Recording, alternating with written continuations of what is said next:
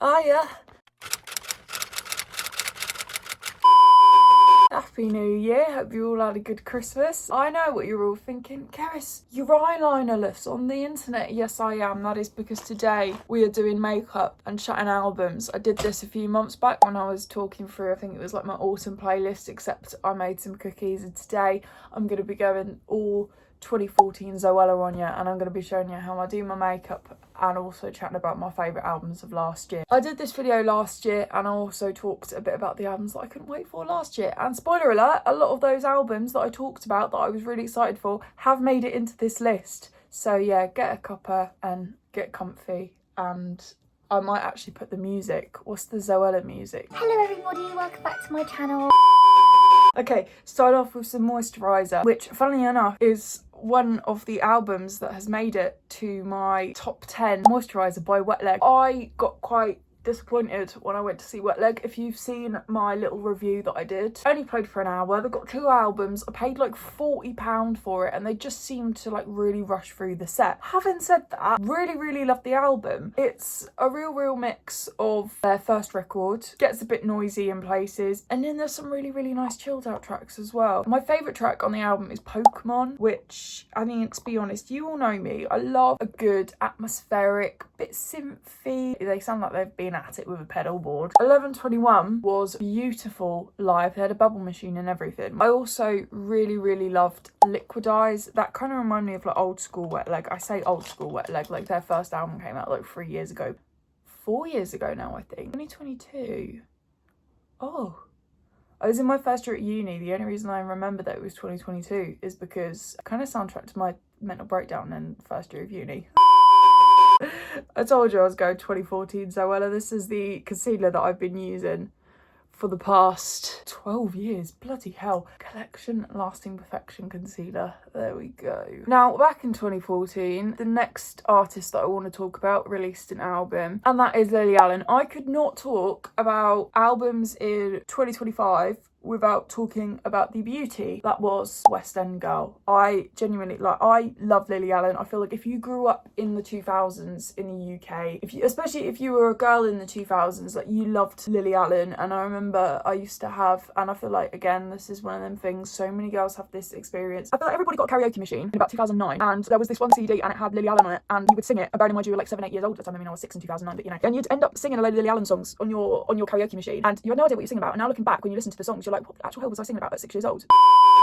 Looking back, a lot of her songs were about sex. If you have been living under a rock, basically Lily Allen, back in October, I want to say, she announced like literally the day before it was released that she was releasing an album called West End Girl, which is all about her ex-husband David Harbour, who at the time was gearing up to go out on the press tour for Stranger Things, one of the biggest shows of our time. This show is a massive part of his career. I can't think for the life of me of anything else that he has been in, so he is basically that show. The fact that she did that is such a cunty move of her, and I love it. Yes, I'm doing my bronzer right now. What makes this even better is that she has released I'm gonna have to stop talking because I was have to do a fishy face when I do my bronzer. She has released a physical copy of this album on a memory stick that looks like a butt plug. It's very electronic, probably even more so than her other stuff. Pussy Palace is my personal favourite. To be honest, I think it's everybody's favourite song. Like, it's a proper like poppy song, bit of personality. Also, cannot talk about this album without talking about Madeline. Madeline is like the biggest theme throughout this. The song before Madeline is a song called Tennis, and throughout that song it just goes, who the fuck is Madeline? Who the fuck is Madeline? Madeline reminds me so much of the stuff on like her earlier albums. There's also another song called Non-Monogammy. That doesn't even sound English. Non-Monogammy. There we go. And that kind of reminds me a bit of something off All Right Still. It's a bit scar in places. It's just, it just feels like old school Lily, and I love it. I'm gonna have to shut my curtain a little bit because it currently looks like the opening of The Lion King outside. Christ, I need to get some new brow powder. What is that? I'm gonna go back to the pop girlies now. This artist had an album out last year that I really love, and that is Sabrina Carpenter. I really love Sabrina Carpenter. I think she's my favourite out of the current pop girlies. I think she's very controversial because a lot of her fan base are kind of like children, but her music is, she's like the Lily Allen of like the new generation, because all her songs are really inappropriate, but they're so popular with kids. Like, we loved her back in the day. Yeah, Man's Best Friend, I actually preferred to Short and Sweet. We're talking about album covers as well with this. I feel like album covers don't get enough talk when people are talking about their favourite albums. Caused a lot of controversy because, you know, it's seen as a little bit backwards, a little bit sexist. Honest to God, I don't understand why some people didn't. Oh Christ, has that gone? Don't know how people just didn't think it was satire, and the fact that there's people that are actually like getting offended over a satirical like album cover, and even the name Man's Best Friend, and like Man's Best Friend has like connotations to dogs, and like obviously referring to a woman as a dog is quite a sexist move and a little bit backwards. But so I just love that. I love that she's reclaimed that. I don't understand why that's like now causing a load of shit, because like people like Madonna have been doing stuff like this for years. Speaking of Madonna, again, it's kind of got like this sort of 80s influence, and you know me, you know how much I love my 80s music. In fact, speaking of, I'm going to get one of my Christmas presents out. This is not related, but I just need to show you this because it's like one of the best things that I own now, and it's really, really geeky. I don't know how many people are actually going to be interested in this. I got this book that tells you every single song that made it into the top 75 in the 80s, and like it's got like it's even got like when the new entries came in and like how many weeks it was on the charts and like the highest positions, right? 11th of June 1983. All this was the week of my birthday, but I wasn't born. Every Breath You Take was at number 1. 20 years before I was born. Bad Boys by Wham at number 2. Yazoo, Nobody's Diary. Buffalo Soldier by Bob Marley and the Wailers. I bought a Bob Marley record the other day, actually.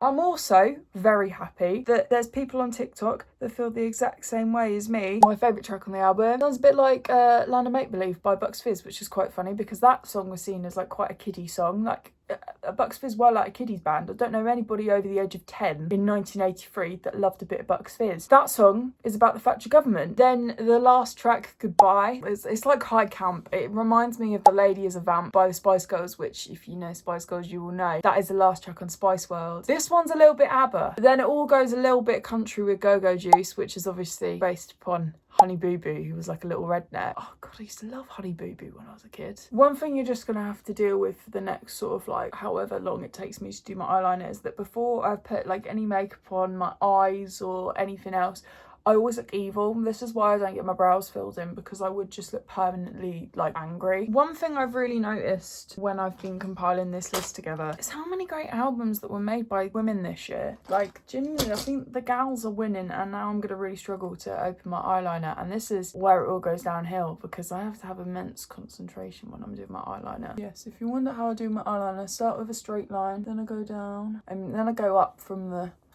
bottom. So I do the top and then I do the bottom, and then I fill that in. I just go across. Yeah, the first album that kind of came out last year that I really, really like is Lambrini Girls, Who Let the Dogs Out. And I mentioned how much I love that album in my little preview section of the video I did last year that had just come out. I was actually meant to see Lambrini Girls live last month, but I sold my ticket at the last minute because I just wasn't feeling well. I had one of them days I was feeling a little bit sensitive. Lyrically, it's brilliant. I wouldn't say I'm like massively into the punk scene, but I do like Lambrini Girls. And one thing that I sort of find with a lot of new artists that I like, I always find their lyrics are the things that draw me in. First of all, like Cantology 101 was up there as like, I think one of the best songs of last year. Like genuinely, it's like the girl power anthem of the year. Personal favourite line, and I always say this is doing poo at your friend's house. I also love the line at the end of Nothing Tastes as Good as It Feels. Oh, let me eat carbs. Then you've got like Filthy Rich Nepo Baby, which I feel like should be the national anthem for like everyone trying to get into the music industry, because your girl is still struggling. I mean, I'm getting there. You probably already know this by now because I make it my entire personality. I got a job in a music venue last year and I do quite a bit for them. It's like the happiest I've ever been in a job, but it's not full time and I'm still skin and I'm still trying to get like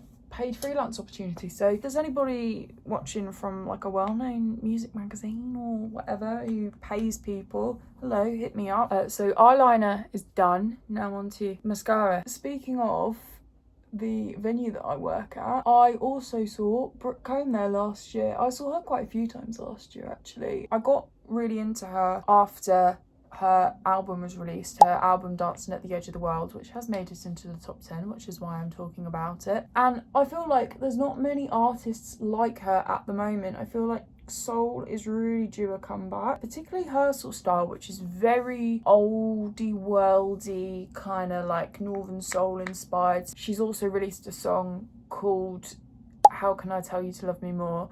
That isn't on the album, that's just a standalone single at the moment, though I really hope it's on her next album, and all the songs on there are going to be similar vibes. So Dancing at the Edge of the World is quite chill, but it's also quite groovy. Favourite track on the album is probably This Town, and I love Lanewood Pines, The Last Time as well. I like the more upbeat songs on this album. There's some really nice slower songs on here. Leave Me the Fuck Alone, I find that really funny, the concept behind that song. It's a song that is dedicated to her stepmom. Title track Dancing at the Edge of the World. Every time I've seen her live, she's played that last, and it's really annoying because I was supposed to have seen her a few years back supporting Blossoms, and then she pulled out because she was ill, which was really sad, so I didn't get to see her then. But I think I probably would have got into her a little bit earlier had I seen her live before, and I can't find my lip stuff. Right, I'm actually nearly finished doing my makeup. It doesn't take me too long, to be honest, to do it. I just put a little bit of Vaseline on, the cocoa butter one. Yeah, speaking of a band that I feel very late to the party with because they're on their second album now and I've only just got into them, is the Royston Club, Songs for the Spine. I talked about this album, I did a review of it. I feel like they could have just been just another indie band. Yeah, I'm just doing my lipstick now, which I don't really use much of. I literally just dot it and then sort of rub it in so it's like a lip tint. They could have just been another indie band, but what they've done with this album is they've gone a bit heavier, gone a little bit grungier. Carry Out, I'm convinced, is one of these songs of the year, probably in the top 3 songs of the year for me. I even like if it's not being played live, like even if it's on like a pre-show playlist for a band, I've been at gigs and there have been people singing every single word to that song. I went to see Pentire end of November, I want to say. That came on the pre-show playlist and the whole crowd, the whole room was singing along to that, and I can't even imagine what it's like live. Ballad of Glen Campbell has got similar sort of vibes. That was one of my favourite tracks on that album. Spinning has kind of got a bit of a grittier kind of Radiohead kind of vibe to it. But then you have also got songs like The Patch Where Nothing Grows and 3020, which are kind of like your safe little indie songs. Another band that I also love that released their second album last year that I did a review of, and in it I wasn't entirely like, I wasn't negative about it, I just said it didn't hit the same. Having listened to the album multiple times since then and been in a better headspace to listen to that album, I am absolutely obsessed with it, and that is From the Pyre by The Last Dinner Party. Oh my Christ, what an album. The reason why it didn't really hit on the first listen, I think, was genuinely because the night it came out, I'd literally just got back from the first day of doing Wild Paths. I've just interviewed Get Down Services. My head was all over the place, so I couldn't really listen to it. And then when I did listen to it, I was still kind of in that festival mindset. So yeah, it didn't really hit the same. But oh my God, especially having heard the songs live now. I mean, Sail Away, I think the whole band are in bits. I'll Hold Your Anger, which is the track that Aurora sings on this album, that's now, I think, up there with Burn Alive as my favourite Last Dinner Party track. I absolutely adore that song. And the Scythe as well is beautiful. The only thing I think I have to complain about it is no Big Dog. So I'm hoping for a deluxe edition at some point this year. I'm also going to do my hair because my hair is just as important as my eyeliner. It's probably one of the only things I've got going for me. So I kind of use a mixture of 2 products. I use this coconut oil texture spray, which is by Here we go again. Umberto Gianni. I can't pronounce that because I'm so white, aren't I? And a Goldwell spray, which is who my dad used to work for before he retired. And I just sort of spray it around my hair, scrunch it a bit, and so that kind of looks until it looks how I want it to look. And usually this will lose shape as the day goes on, but it doesn't matter because first thing in the morning and it looks good. And then I sort of go over the top of this because it's also a bit of a finishing spray as well. It's like a 2-in-1. Do that, and I always like to have this bit look a bit pointy. I can't think, but anyway, that's sort of how I do my hair in the morning, and that just looks really puffy there. I was just about to go on to the top 3 and now I've just realised I've missed out on one. Open Wide by Inhaler. I played the shit out of this at the start of the year and I really loved this album. Okay, I wouldn't say it's my favourite Inhaler album. I still think their first album will always be my fave. I mean, like, first of all, you've got the title track, which sounds like a New Order track. I know so many people that feel the same way. You've got Your House, which still to this day sounds like Haven't Met You Yet by Michael Bublé.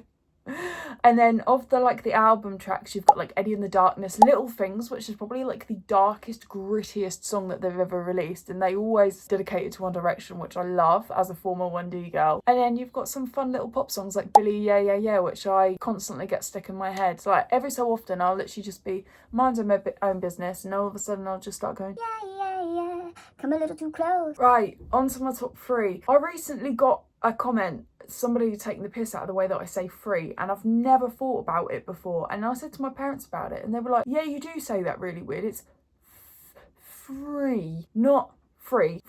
I've never noticed it before, that the way that I can't say the number 3, I say it like free as in Everybody is free to feel good. Anyway, number 3. I feel like is going to be a bit of shock to a few people, including myself, but I kind of had to obviously think about my top 3 because that's the one where I feel like there is a real hierarchy of like it's in an order and it's in an order for a specific reason, and that is People Watching. You all know I made a very big deal out of this album when it first came out, and even before it came out, and even throughout the year I've made quite a big deal out of it. There is one track on this album, despite the fact that it absolutely floored me on first listen, there was one track on this album that I don't really like that much, and I feel like my opinion on it is going to have me absolutely shot, and I know I'm not the only person that thinks this, but I still feel like an absolute psychopath and I do tend to skip it. I'm going to let you guess in the comments which track that is, and I'm not going to say anything. I just find it a little bit like I'm listening to a charity ad. However,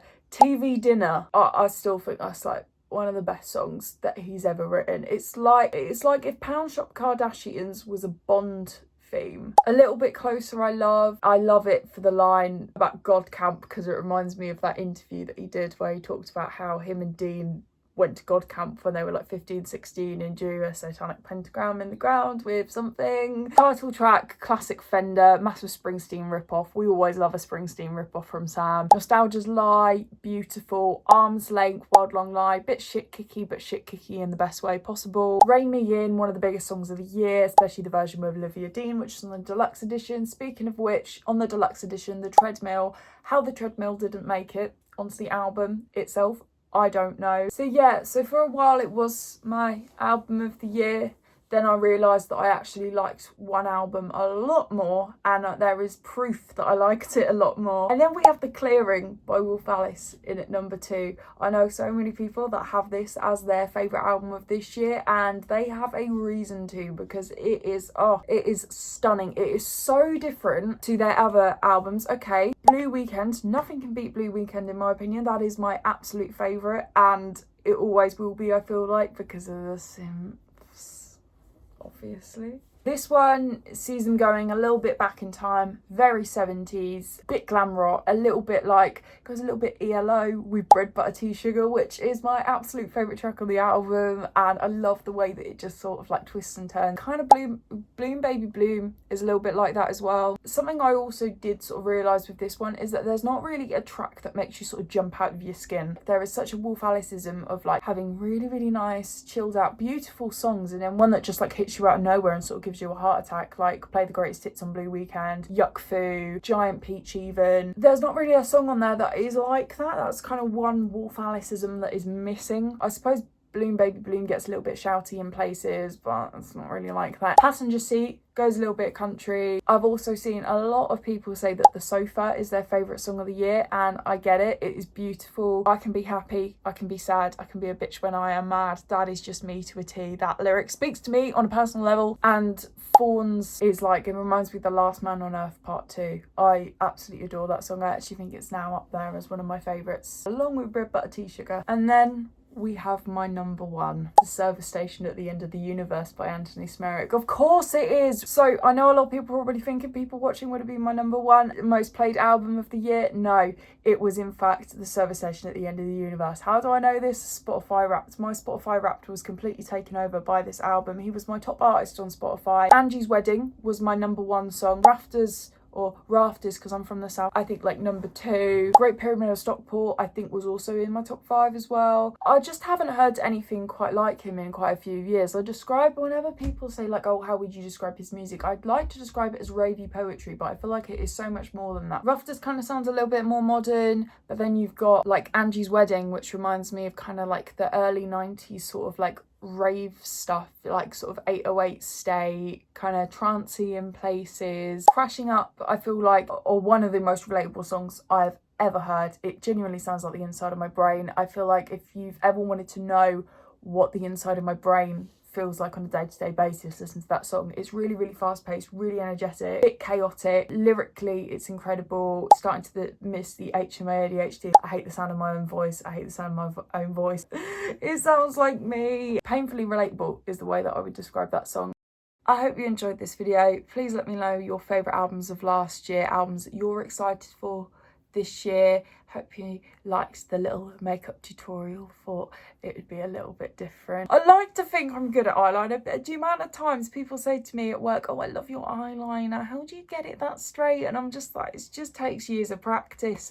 Give this a like if you liked it. Subscribe. We finally hit 100 subscribers on here. This is actually my smallest platform now. I feel like YouTube is the hardest platform to grow nowadays, so I would really appreciate it if you hit the subscribe button. I'm also very active on Instagram, so please follow me on Instagram. I really, really hope that the blog continues to grow as quickly as it has done in the past few months this year. So see ya.